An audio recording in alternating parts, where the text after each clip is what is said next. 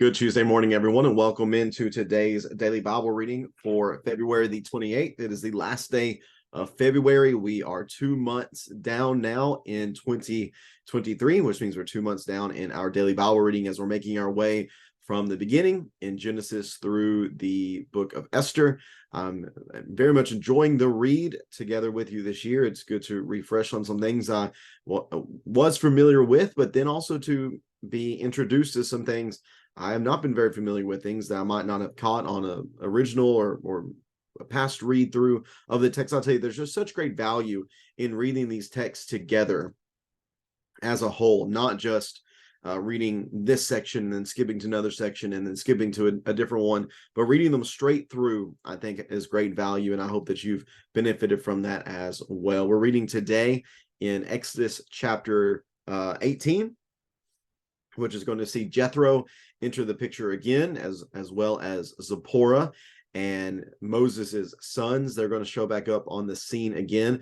We're going to see the interaction that Moses has with Jethro concerning what Yahweh has done for his people. And then we're going to see Jethro return the favor. Originally, we see at their first time where they sort of interact with each other, where Moses saves his daughters from the mean shepherds back in Genesis chapter 2, I believe it is. That now Jethro gets to return the favor by helping Moses in a real way. So we're going to read that together here in just a second. Let me get the text of Exodus 18 up on the screen for us. And let's get to reading together here. Exodus 18, verse number 1.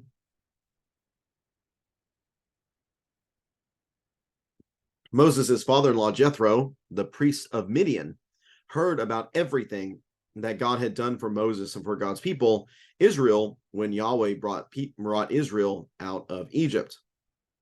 Now Jethro, Moses' father-in-law, had taken in Zipporah, Moses' wife, after he had sent her back, along with her 2 sons. One of them was named Gershom, because Moses had said, I have been a resident alien in a foreign land, and the other Eleazar, because he said, the God of my father was my helper and rescued me from Pharaoh's sword. Moses' father-in-law Jethro, along with Moses' wife and sons, came to him in the wilderness where he was camped at the mountain of God. He sent word to Moses, I, your father-in-law Jethro, am coming to you with your wife and her 2 sons. So Moses went out to meet his father-in-law, bowed down, and then kissed him. They asked each other how they had been and went into the tent. Moses recounted to his father-in-law all that Yahweh had done to Pharaoh and the Egyptians for Israel's sake, all the hardships that confronted them on the way, and how Yahweh rescued them. Jethro rejoiced over all the good things Yahweh had done for Israel when he rescued them from the power of the Egyptians. Blessed be Yahweh, Jethro exclaimed, who rescued you from the power of the Egyptians and from the power of Pharaoh. He has rescued the people from under the power of Egypt. Now I know that the Lord, that Yahweh, is greater than all gods, because he did wonders when the Egyptians acted arrogantly against Israel. Then Jethro, Moses' father-in-law, brought a burnt offering and sacrifices to God. And Aaron came with all the elders of Israel to eat a meal with Moses' father-in-law in God's presence. The next day, Moses sat down to judge the people, and they stood around Moses from morning until evening. When Moses' father-in-law saw everything he was doing for them, he asked, what is this you're doing for the people? Why are you alone sitting as judge, while all the people stand around you from morning until evening? Moses replied to his father-in-law, because the people come to me and inquire of God. Whenever they have a dispute, it comes to me, and I make a decision between one man and another. I teach them God's statutes and laws. What you're doing is not good, Moses' father-in-law said to him. You will certainly wear out both yourself and these people who are with you, because the task is too heavy for you. You can't do it alone. Now listen to me. I will give you some advice, and God be with you. You be the ones who represent the people before God and bring their cases to him. Instruct them about the statutes and laws, and teach them the way to live and what they must do. But you should select from all the people able men God-fearing, trustworthy, and hating dishonest prophets. Place them over the people as commanders of thousands, hundreds, fifties, and tens. They should judge the people at all times. Then they could bring you every major case, but judge every minor case themselves. In this way, you will lighten your load, and they will bear it with you. If you do this, and God so directs you, you will be able to endure. And also, all these people will be able to go home satisfied. Moses listened to his father-in-law and did everything he said. So Moses chose able men from all Israel and made them leaders over the people, as commanders of thousands, hundreds, fifties, and tens. They judged the people at all times. They would bring the hard cases to Moses, but they would judge every minor case for themselves. Moses let his father-in-law go, and he, being Jethro, journeyed to his own lands. And that is Exodus chapter 18. Some have noted the similarities between what is seen in chapter 17 and chapter 18, because really chapter 18 almost seems very random, especially as we continue on in the text and see what comes next. Why take the time to pause to tell this story, to give this accounting of this thing that took place, this interaction between Moses and his father-in-law? Well, like the Amalekites who came and fought against Israel alike and differently, Jethro here comes and helps Moses in a way. What we're going to see is that Moses instructs Joshua to pick people in chapter 17, and now Moses is going to be instructed to pick people in chapter 18.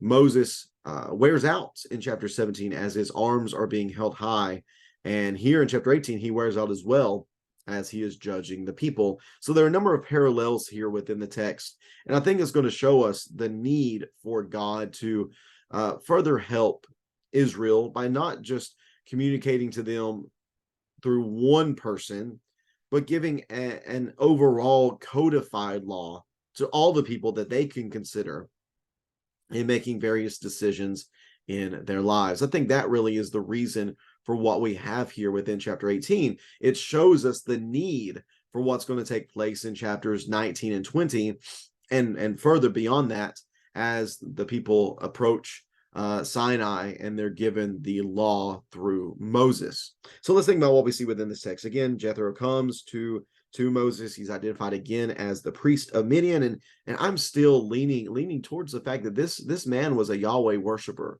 that he was someone who worshiped Yahweh, and it just, that connection, I believe, is possible because, again, this is another descendant of Abraham. It's not going to be of the same line as Moses, but he is still a descendant of Abraham at this point, it seems, being of Midian. And if I go back here, let me look real fast to try to remember where. Let's see, Midian came from. Let's see, I think I have a note here back in chapter 2.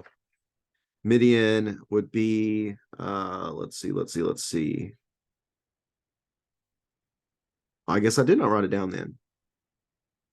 I did not write down which lineage that Midian would come from, but be that as it may, there is still that connection between him and Abraham, being one of the descendants of Abraham. Also, his name, he's called here Jethro, but what we have previously, his name is Ruel, which can mean either friend of God or God's friend. Remember, whenever we see the letters EL within a name, that normally has something to do with God. So for me, at least, there just seems to be a lot of evidence here that this man very well could have been a Yahweh worshiper, even though he is not a part of Israel itself.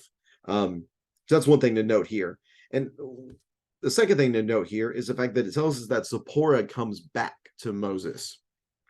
Zipporah and their two sons, Gershom and Eleazar. Again, we're told, we see back in the 3rd chapter, I believe it is, where chapter chapter 4, that they seem to be making their way towards Egypt together. And then we don't hear anything else about Zipporah and Gershom and Eleazar. But then here we see the note that Moses had sent them back. And so now Jethro is bringing them back to Moses again. So when did that happen? Again, we just have no detail about that. But it is, I think, pertinent that the author tells us that Zipporah comes back and then names the sons, because both of the sons, their names have strong meaning in association with Israel. Because Gershom was named for Moses having lived in a strange land. I've been a resident alien in a foreign land, like Israel.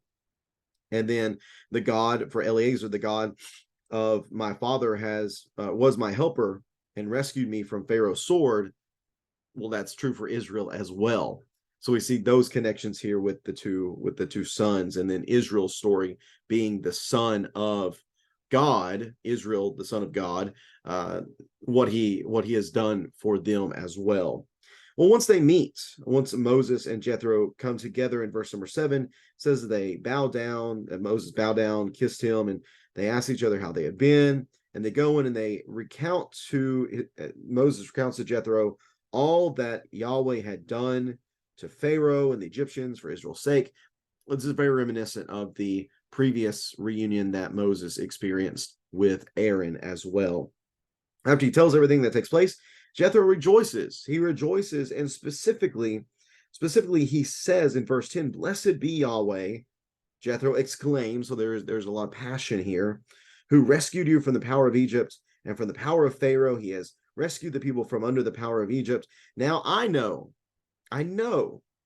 that Yahweh is greater than all gods, because he did wonders when the Egyptians acted arrogantly against Israel." Remember, you've heard me make this point on a number of occasions, that everything God did in Egypt on behalf of Israel was not just to set his people free, but was for the purpose of informing others of who he was.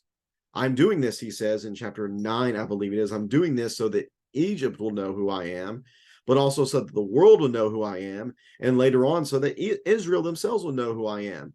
Well, here, once we get past those scenes, the Egyptians did not embrace who God was. The Amalekites in this previous chapter did not embrace who God was. If they had, they would not have fought against Israel. But here we have this Midianite. This Midianite embraces and understands who Yahweh is and praises him and exalts him here in this moment again. I know that Yahweh is greater than all gods, that he is certainly most high. And maybe it is based upon this declaration, this affirmation that Jethro has. The text says then that Jethro offers up burnt offerings and sacrifices. Then Aaron and the elders, they all come together and they eat a meal together in the tent. And what this does in verse number 12, this offering of or this bringing and carrying out burnt offerings and sacrifices to God, it begins a series of focuses on sacrifices. We're going to see that much more from here on out. So that's the first half of chapter 18, is just focusing on the reunion between Moses and Jethro, and the fact that through the recounting of everything that Yahweh has done, now we have another person knowing who Yahweh is and recognizing him for the power that only he possesses.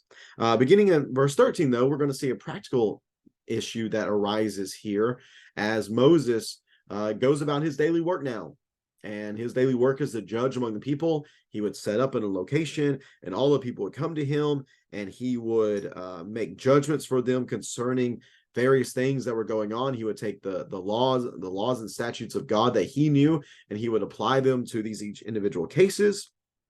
And the reality is that this was going to burn him out. That's exactly what Jethro notices. And again, at this point, they had been given various laws and ordinances and statutes by God, but it doesn't seem as if it was anything really codified, anything, I don't want to say official, but it wasn't something that everyone could have widespread knowledge about, as was going to be the case with the law of Moses being written on the tablets and then shared as well among the people. Right now, Moses seems to be the only one that knows all these statutes and things, so he's having to make these judgments. Jethro says that is not something that's sustainable. You're going to wear out.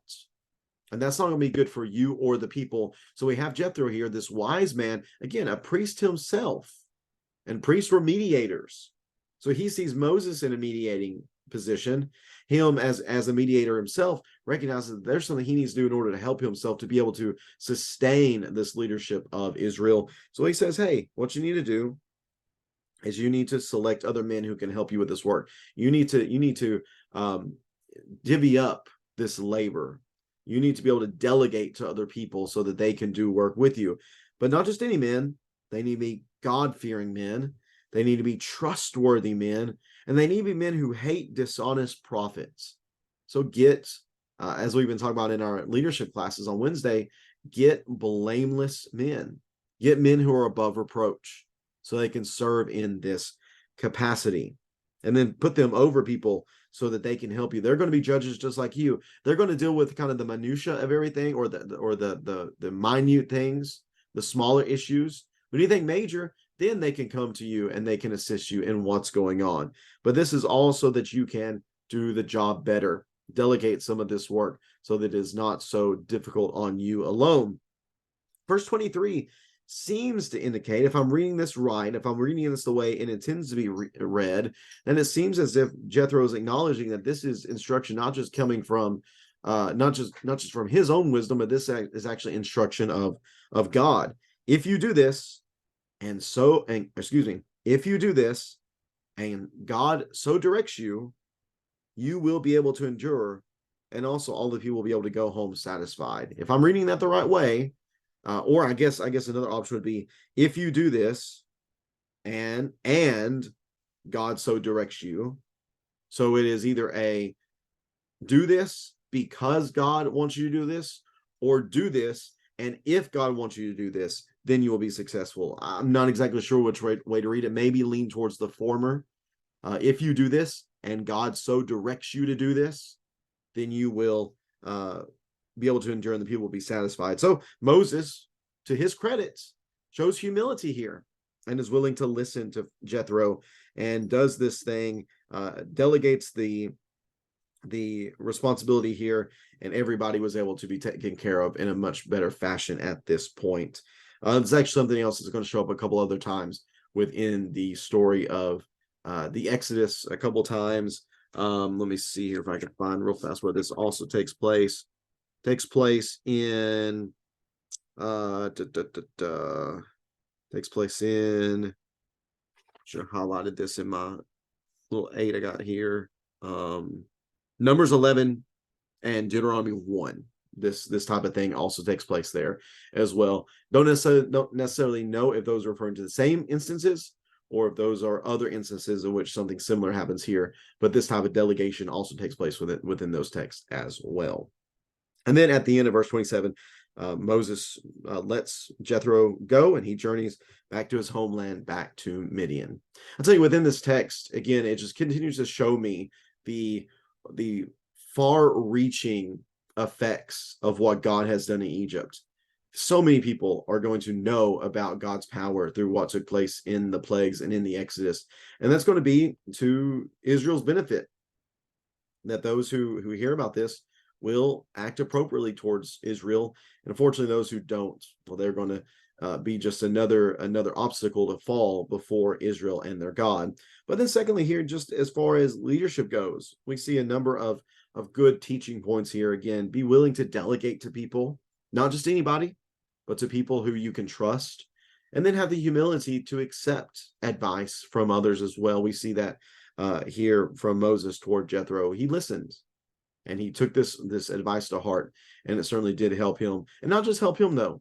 It was a blessing to the people. It was a blessing to the people that those who were leading them were not burnt out, that they were not exhausted, that they were not running on fumes. They had a number of individuals who were sharing the workload, and in sharing the workload, they can do even better work. That's what I see here in Exodus chapter 18. And it moves us into chapter 19 and 20, where we get to the law, because that's going to help a lot with this as well. Moses is not going to be the only one receiving this instruction from God, but it's going to be something that's going to be able to be given to all the people. It's going to be able to be disseminated to all the people, the statutes and commands of God, and they can begin to live by them then without having to have every single issue judged by an individual person. Appreciate you tuning in for this reading on this Tuesday. Hope you have a great rest of your Tuesday, and we'll be back at it again tomorrow. I believe we're going to be reading a double tomorrow. We're going to be reading Exodus 19 and 20 as they approach Sinai. We're going to see that in chapter 19, and then we're going to have the 10 commandments that are going to be given in chapter 20 and a bit of the reaction from the people before leading into chapter 21, which talks about some additional laws. So I will just say this is a little bit of the drier portion of reading the Pentateuch, just the giving of these laws. Yet we want to keep an open mind and read them still and try to see what good we can even learn from them. No, we are no longer under this law. We are under Christ, but there's still a lot of things I think we can learn through reading through this text and gaining better insight into what it was that governed the Israelites before us. Again, thanks for tuning in. We'll be back at it again tomorrow, everyone. Take care and God bless.